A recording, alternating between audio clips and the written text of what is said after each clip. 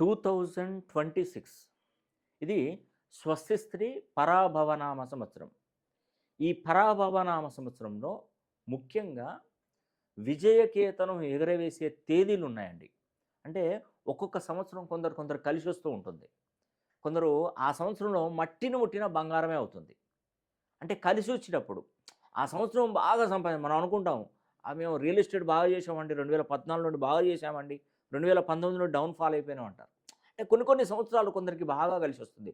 ఎన్నడూ చూడలేనంత ధనాన్ని సంపాదిస్తారు, లాస్ట్‌కు ఉన్నదంతా పోగొట్టేస్తారు. సో నేను చెప్పేది ఏంటంటే 2026 సంవత్సరానికి ఒక అద్భుతమైనటువంటి శక్తి ఈ తేదీలలో పుట్టినటువంటి వారికి ఉంటుందండి. అది ఏ తేదీలో చెప్పాలా? గురువు సంబంధించినటువంటి తేదీలు. గురువుకు సంబంధించిన తేదీలు ఎవరండి? 3వ తారీఖు మీరు జన్మించారా? 12, 21, 30 ఈ తేదీలలో జన్మించినటువంటి వారికి పుష్కలమైనటువంటి గురుబలం పెరగబోతుంది. ఎందుకంటే నవనాయకుల ఫలితాలలో ఈ సంవత్సరం 2026 సంవత్సరం పరాభవనామ సంవత్సరంలో రాజుగా వ్యవహరిస్తున్నటువంటి వాడు గురుడు, మంత్రిగా వ్యవహరిస్తున్నటువంటి వాడు కుజుడు, అదేవిధంగా సైన్యాధిపతిగా వ్యవహరిస్తున్నటువంటి వాడు చంద్రుడు. సో మనకు కావాల్సింది రాజు, మంత్రి, సైన్యాధిపతి. చూడండి ఈ మూడు అంటే గురుడు, కుజుడు అండ్ చంద్రుడు, ఈ ముగ్గురు రాజ్యమేలబోతున్నారు. వీటికి సంబంధించినటువంటి తేదీలు 2వ తారీఖు, 11, 20, 29 తేదీలు.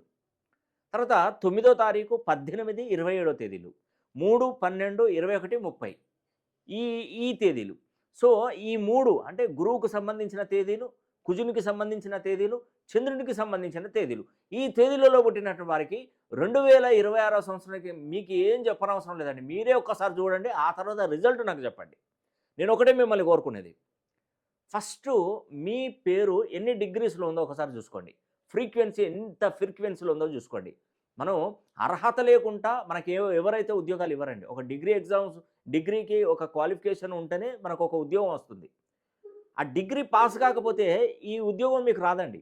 అలాగా మీ పేరు అనేది కూడా ఒక క్వాలిఫికేషన్. ఆ క్వాలిఫికేషన్ 2026లో మీరు పొందాలి కంపల్సరీ. అప్పుడు మీకు అదృష్టం అనేది వస్తుంది. కాబట్టి మనకు రాజుగా వ్యవహరిస్తున్నటువంటి వాడు గురుడు, మంత్రిగా వ్యవహరిస్తున్నటువంటి వాడు కుజుడు, సో సైన్యాధ్యక్షుడిగా వ్యవహరిస్తున్నవాడు చంద్రుడు. ఈ మూడుకి సంబంధించినటువంటి తేదీలలో మీరు కనుక జన్మిస్తే స్వస్తిస్త్రీ పరాభవనామ సంవత్సరంలో విజయడంకా మోగించడం తథ్యం.